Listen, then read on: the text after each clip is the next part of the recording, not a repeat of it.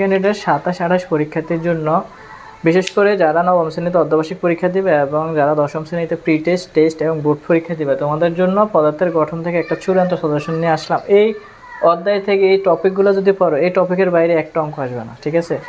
একটা টপিকও আসবে না এই টপিকের বাইরে। এই টপিকগুলো যদি তুমি শিখে যাও, ইনশাল্লাহ এখান থেকে দুটো সিকিউ, একটা সিকিউ তুমি অবশ্যই কমন পাবা। তো স্যার এখানে আমরা কি কি শিখতে হবে? এখানে আমাদেরকে শিখতে হবে স্যার মৌলিক পদার্থ এবং যৌগিক পদার্থের সংজ্ঞাগুলো। মৌলিক পদার্থ আমরা জানি, যে পদার্থকে বাংলায় ওই পদার্থ বা ওই উপাদান ছাড়া অন্য কোনো উপাদান পাওয়া যায় না, সেটা হচ্ছে মৌলিক পদার্থ। এবং মৌলিক পদার্থের যে টপিকগুলো আছে, ওই টপিকটা দাগিয়ে পড়বে। এখানে মানবদেহের জন্য কয়টি আমরা পদার্থ পাইছি, আজ পর্যন্ত কয়টি মূল আবিষ্কৃত হয়েছে, সেই সম্পর্কে অনেক ডিটেলস লেখা আছে, ঠিক আছে? পরমাণু আর অণু কি, এটা তো ভাই খুবই ইম্পর্টেন্ট, এটা খুবই ইম্পর্টেন্ট, এটা স্টার মার্ক দিই। পরমাণু আর অণু। পরমাণু হচ্ছে মৌলিক পদার্থের ক্ষুদ্র ক্ষুদ্র কণা আছে পরমাণু। স্যার আমি যে মুখে বলতেছি, আমার পড়াটা তুমি মনোযোগ সহকারে শোনো, ইনশাল্লাহ তোমার পড়াটা এখানে ক্লিয়ার হয়ে যাবে। হচ্ছে যে পরমাণু হলো মৌলিক পদার্থের ক্ষুদ্রতম কণা, যার মাধ্যমে মৌলের গুণাগুণ বর্তমান থাকে, ঠিক আছে? মৌলের ক্ষুদ্র ক্ষুদ্র কণাকে সাধারণত পরমাণু বলা হয়। আর অণু কি? অণু হচ্ছে 2 বা 2 এর অধিক সংখ্যক পরমাণু একসাথে পরস্পরের রাসায়নিক বান্ধবে যুক্ত থাকলে তাকে সাধারণত অণু বলে, ঠিক আছে?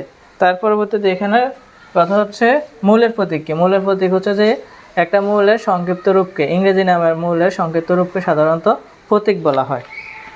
কোনো মৌলের ইংরেজি নামের সংক্ষিপ্ত রূপকে সাধারণত প্রতীক বলা হয়।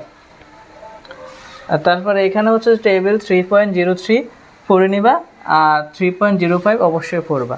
3.03 কি? 3.03 হচ্ছে ল্যাটিন নামগুলো, তোমাকে অবশ্যই এখানে ল্যাটিন নামগুলো মুখস্থ রাখবে, এখান থেকে ক নাম্বার এমসিকিউতে আসবে। আর 3.05 হচ্ছে যে ইলেকট্রন, প্রোটন, নিউট্রন সম্পর্কে যে একটা চার্ট আছে, ওই চার্টটা অবশ্যই তোমাকে মুখস্থ রাখতে হবে। তার পরবর্তীতে হচ্ছে পারমাণবিক সংখ্যা কি? পারমাণবিক সংখ্যা হচ্ছে যে একটা পরমাণুর ভিতরে যে নিউক্লিয়াস থাকে, নিউক্লিয়াসের ভিতরে যে প্রোটন থাকে, প্রোটনের সংখ্যাকে সাধারণত পারমাণবিক সংখ্যা বলে। পারমাণবিক সংখ্যাকে সাধারণত আইডি নাম্বার বলা হয়। পারমাণবিক সংখ্যার মাধ্যমে আমরা একটা মৌল কী করতে পারি? শনাক্ত করতে পারি। একটা পর্যায় সারণীর মধ্যে কত নাম্বার, 8 নাম্বার মৌলকে, 2 নাম্বারকে, 4 নাম্বারকে, 6 নাম্বারকে, 7 নাম্বারকে, এগুলো আমরা কী করতে পারি?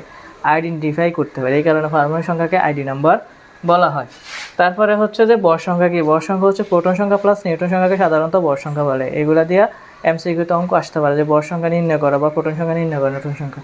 তাহলে ভর সংখ্যা হচ্ছে প্রোটন সংখ্যা প্লাস নিউট্রন সংখ্যাকে ভর সংখ্যা বলে। আর পারমাণবিক ভর, এটা দিয়া যদি অঙ্ক আসে, তুমি 1.66 × 10⁻24 গ্রাম, আর হচ্ছে একটা পরমাণুর ভর দেওয়া থাকবে তোমাদের প্রশ্নে, তো এটা দেওয়া ভাগ করে তোমরা কী করবা? পারমাণবিক ভর নির্ণয় করবা। তারপর হচ্ছে রাদারফোর্ড পরমাণু মডেল, খুবই ইম্পর্টেন্ট, 100% রাদারফোর্ড পরমাণু মডেল, এটা পরীক্ষার মধ্যে আসবে, পড়ে নেবা, ঠিক আছে? আর বড় পরমাণু মডেল কোনটি অধিক উপযোগী আলোচনা করো, মানে রাদারফোর্ড পরমাণু মডেল নাকি বড় পরমাণু মডেল, কোনটি অধিক উপযোগী আলোচনা করতে হবে। কৌণিক ভরবেগ থেকে 100% একটা অঙ্ক আসবে, ঠিক আছে? কৌণিক ভরবেগের সূত্র হচ্ছে mvr/ns/2π।